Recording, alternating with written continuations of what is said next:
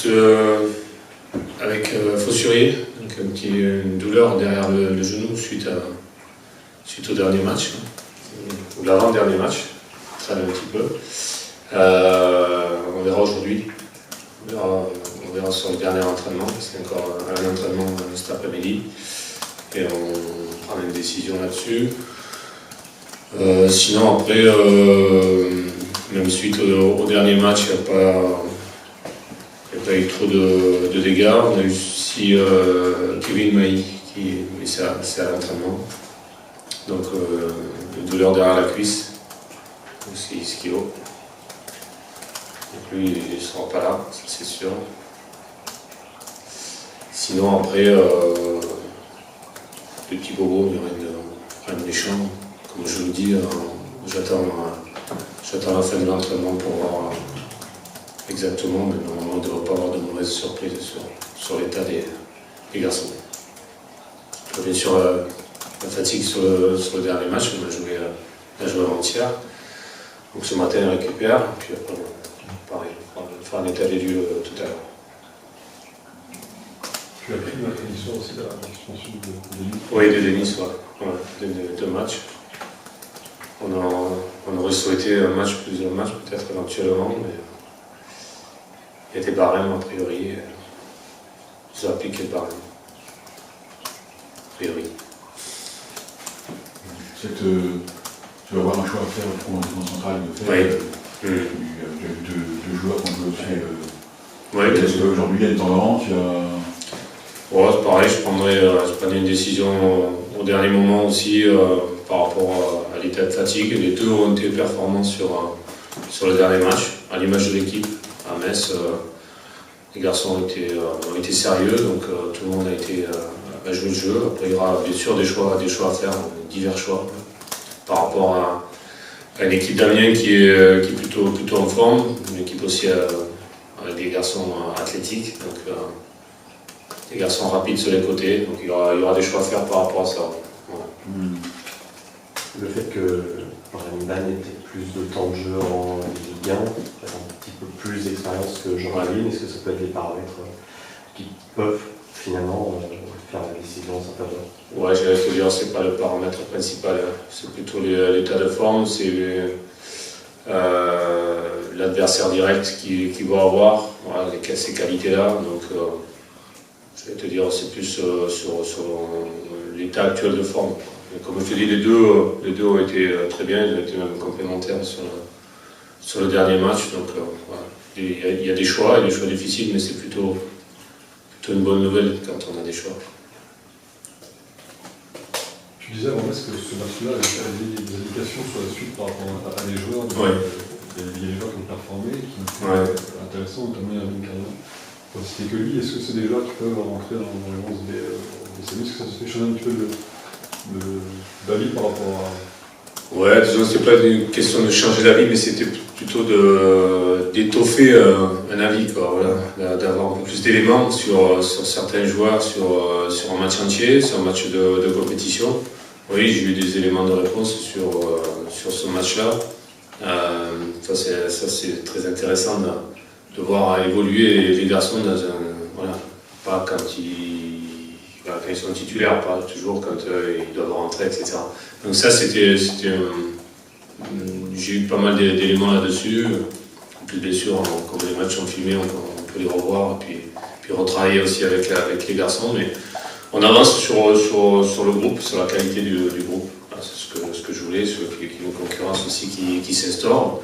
Et comme il y a peu de blessés, voilà, les choix sont difficiles, mais je vais dire, sont intéressants.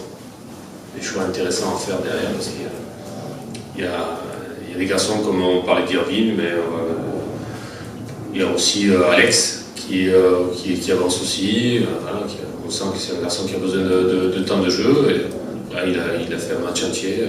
Voilà, certainement, ça va nous servir, ça va lui servir, mais nous aussi. Le fait que les entrants soient, sur les derniers matchs, en tout cas, des joueurs qui pourraient paraître remplaçants dans un 11 type de plus en plus décisif par rapport au début de saison.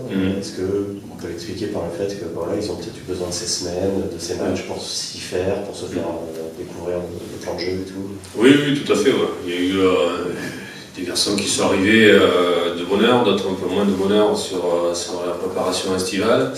Il y avait un groupe qui fonctionnait aussi par rapport depuis la saison passée, donc il faut s'adapter à tout ça. Hein. Et il y a un changement de lieu, il y a beaucoup de paramètres, donc effectivement, certains vont plus vite que d'autres. Petit à petit, tout le monde arrive à son meilleur niveau. C'est ce qu'il faut. Voilà. Donc aujourd'hui, pour pouvoir se maintenir, il faut un groupe assez étouffé. Dans cette course, on a vous avez déjà 17 points sur le début de saison. Est-ce que c'est quelque chose que tu t'y attendais et vous attendez aussi en octobre sur ces matchs un peu à confrontation directe, vous avez 9 Ouais. Forcément positif. Bien arrive, c'est un bonus finalement ou tu y vas pour. Là, non, je ne peux pas parler de bonus exactement, hein, parce que effectivement, là, les matchs à confrontation directe, comme tu dis, à juste titre, sont importants. Et de les avoir gagnés nous permet d'avoir un peu plus de marge de manœuvre, mais aussi, comme j'ai dit la dernière fois, d'accumuler cette confiance dont on avait besoin. Voilà. Certains découvrent la Ligue 1, voilà, et ils ont aussi besoin d'être rassurés, et les résultats rassurent. Voilà. Rassurent tout le monde. Donc ça nous permet d'avoir une marge, mais en même temps, on ne peut pas se permettre de se reposer ou de relâcher. On sait qu'on peut être vite dans la désillusion, donc notre boulot, c'est de rester un maximum constant. Voilà. Si on veut faire un bon championnat, il faut qu'on reste constant. C'est important, c'est pas facile non plus de rester constant. Vous jouez un adversaire lui aussi plutôt bien, assez rassuré par ce résultat. Oui, tout à fait. Ouais. C'est une équipe qui perd peu depuis un bout de temps, qui est solide, voilà, qui est aussi ambitieuse dans le jeu, mais très solide physiquement, et qui chez elle est plutôt performante, effectivement. Ils ont quand même battu des équipes comme Marseille, comme Lille. Donc ça veut dire que voilà, ils ont de la qualité. Je les sens supérieurs à la saison dernière, déjà. Donc oui, c'est peut-être une équipe qui nous ressemble un petit peu actuellement, donc une équipe qui marche plutôt bien. Donc ça sera pas un match facile, de toute façon, comme on dit chaque fois, il n'y a pas de match facile, mais là, si on se ramène à quelque chose d'Amiens, on sera vraiment satisfait. Tu connaissais plus du coup le coach Alzheimer? Non, je connaissais même plus son père, qui joue à Nice, mais en tant que joueur. Non, je ne connaissais pas le coach, mais ouais, a priori, il y a du bon boulot de fait. Mais des bons coachs, il y en a, ils ne sont pas toujours mis en lumière. Ça fait partie certainement des bons coachs de notre championnat. Est-ce que c'est rassurant de voir des clubs comme Amiens? On a entendu beaucoup de noms qui s'appelaient à l'époque. Ouais. Prendre un jeune, pas forcément connu, qui vient et qui fait du bon travail depuis une saison finalement. Ah oui, c'est toujours intéressant. Après, je veux dire, je vais prendre un peu aussi la défense des coachs français. Il y a beaucoup de coachs français dans les divisions inférieures qui ont aussi pas mal de capacités. Bien sûr que c'est intéressant de voir des jeunes coachs qui montent, sur lesquels le président ou le conseil d'administration fait confiance. C'est pas partout, voilà, parce que souvent il y a beaucoup de prudence, d'hyper-prudence de la part des présidents. Voilà, ça prouve que ça peut payer aussi, quoi. Voilà. Donc je suis plutôt favorable à ce genre de décision. Après, je pense qu'ils ont mûrement réfléchi aussi, hein. Ils ont étudié l'affaire. On ne prend pas juste un entraîneur comme ça sur un nom. Donc, il a eu des résultats, il a travaillé en Belgique, voilà, il avait un style à lui, il a des idées. Donc c'est à partir de là qu'il faut arriver à choisir les coachs.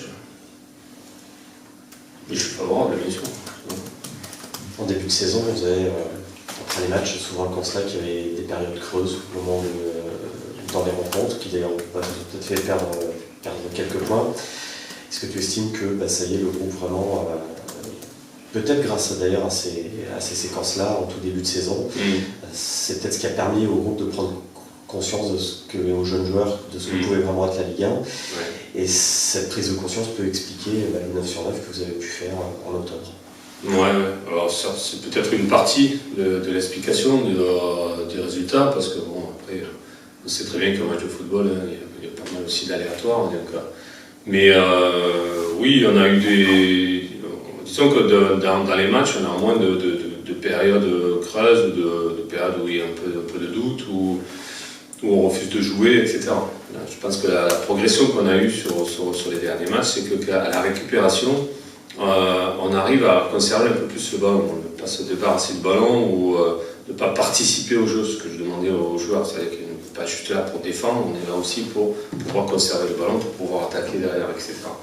Et là, je pense qu'il y a eu une progression qui s'est faite. Donc, est-ce que, oui, ça contribue au résultat, certainement, mais bon, il n'y a certainement pas que ça. Après, il y a un apprentissage, hein, bien sûr, quand on a des jeunes joueurs comme ça qui découvrent un univers différent, et l'apprentissage se fait aussi par les défaites à Nîmes, à Monaco, où on apprend derrière, quoi. Voilà, on apprend de ces défaites, pourquoi on n'a pas été bon, pourquoi on a pris autant de buts, voilà. Donc, à la limite, perdre, ok, on est déçu, mais si on s'en sert, voilà, ça veut dire qu'on est efficace derrière. Donc, jusqu'à présent, c'est plutôt dans ce sens-là. Voilà. On a fait des erreurs, on en fera certainement d'autres, mais derrière, il faut les corriger. Est-ce que c'est aussi ce milieu à 3, cette animation un peu à 3 de terrain, qui donne quelque part de l'extérieur une sérénité qu'il n'y a pas forcément? Ouais, peut-être, parce qu'en fait, on cherche à s'adapter aussi aux états de forme des uns et des autres et des qualités des uns et des autres. Donc, oui, il y a eu. Je ne suis pas certain que ce soit vraiment sur. Je suis pas certain que ce soit sur le système de jeu, mais peut-être dans l'animation, on a des garçons qui prennent un peu plus de poids. Je pensais à Paul Lannes qui prend un peu plus de poids dans la direction du jeu. Voilà, Ludo qui a amené aussi un peu son expérience. On arrive peut-être à trouver un peu plus d'équilibre dans l'équipe qui fait que on se sent peut-être un peu plus, les jeunes se sentent un peu plus rassurés, etc. Et puis après, comme on vient d'en parler, l'expérience des matchs accumulés font qu'on a peut-être un peu moins de fébrilité là-dessus. Après, voilà, c'est toujours mon métier, c'est de rechercher cet équilibre au maximum, quoi. Ce que tu dis, c'est que ces deux joueurs, Bâle et Lannes, c'est dur de sortir aujourd'hui. Je pense que dans la période où on a joué là, sur les derniers matchs, ils nous ont amené l'expérience dont on avait besoin. Voilà.